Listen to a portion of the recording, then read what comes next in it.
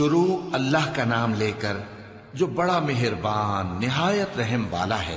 اے چادر میں لپٹنے والے، اٹھو، اب خبردار کرنے لگو اور اپنے پروردگار کی بڑائی بیان کرو، اور اپنے کپڑے پاک رکھو اور شرک کی گندگی سے تو الگ ہی رہو، اور اس نیت سے احسان نہ کرو کہ اس سے زیادہ کے خواہاں ہو، اور اپنے پروردگار کی خاطر صبر کرتے رہو۔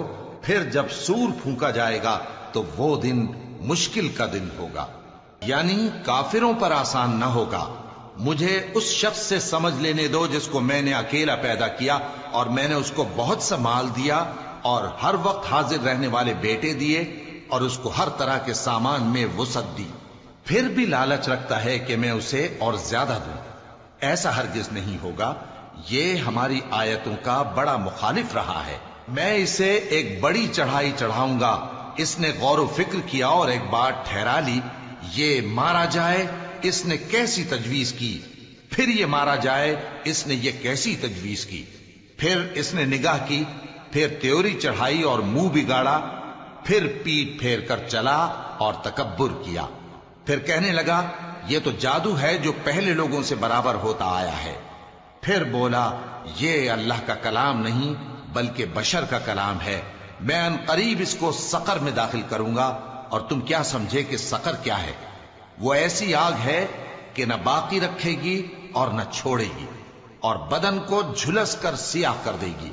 اس پر 19 داروغہ ہیں، اور ہم نے دوزخ کے داروغہ فرشتے ہی بنائے ہیں، اور ان کا شمار کافروں کی آزمائش کے لیے مقرر کیا ہے، اس لیے کہ اہل کتاب یقین کریں اور مومنوں کا ایمان اور زیادہ ہو، اور اہل کتاب اور مومن شک نہ لائیں، اور اس لیے کہ جن لوگوں کے دلوں میں نفاق کا روگ ہے اور جو کافر ہیں کہیں کہ اس مثال کے بیان کرنے سے اللہ کا مقصود کیا ہے۔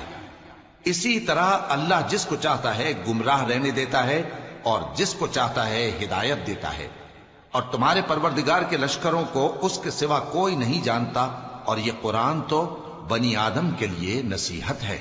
ہاں ہاں، قسم ہے چاند کی اور رات کی جب رخصت ہونے لگے، اور صبح کی جب روشن ہو جائے، کہ وہ آگ ایک بہت بڑی آفت ہے، انسان کے لیے ڈر کی چیز، یعنی اس شخص کے لیے جو تم میں سے آگے بڑھنا چاہے یا پیچھے رہنا چاہے۔ ہر شخص اپنے کرتوتوں کے باعث گرفتار ہوگا، مگر داہنی طرف والے نیک لوگ جنتوں میں ہوں گے اور پوچھتے ہوں گے، یعنی آگ میں جلنے والے گناہگاروں سے، کہ تم دوزخ میں کیوں پڑے؟ وہ جواب دیں گے کہ ہم نمازیوں میں شامل نہ ہوئے، اور نہ ہم فقیروں کو کھانا کھلاتے تھے، اور ہم بحث کرنے والوں کے ساتھ مل کر بحث کرتے تھے، اور روز جزا کو جھٹلاتے تھے، یہاں تک کہ ہمیں موت آ گئی۔ تو سفارش کرنے والوں کی سفارش ان کے حق میں کچھ فائدہ نہ دے گی۔ ان کو کیا ہوا ہے کہ نصیحت سے روگرداں ہو رہے ہیں، گویا گدھے ہیں کہ بدک جاتے ہیں جو شیر سے ڈر کر بھاگ جاتے ہیں۔ اصل یہ ہے کہ ان میں سے ہر شخص یہ چاہتا ہے کہ اس کے پاس کھلی ہوئی کتاب آئے، ایسا ہرگز نہیں ہوگا۔ حقیقت یہ ہے کہ ان کو آخرت کا خوف ہی نہیں۔ کچھ شک نہیں کہ یہ قرآن نصیحت ہے، تو جو چاہے اسے یاد رکھے، اور یاد بھی تبھی رکھیں گے جب اللہ چاہے۔ وہی اس لائق ہے کہ اس سے ڈرا جائے، اور وہی معاف کرنے والا ہے۔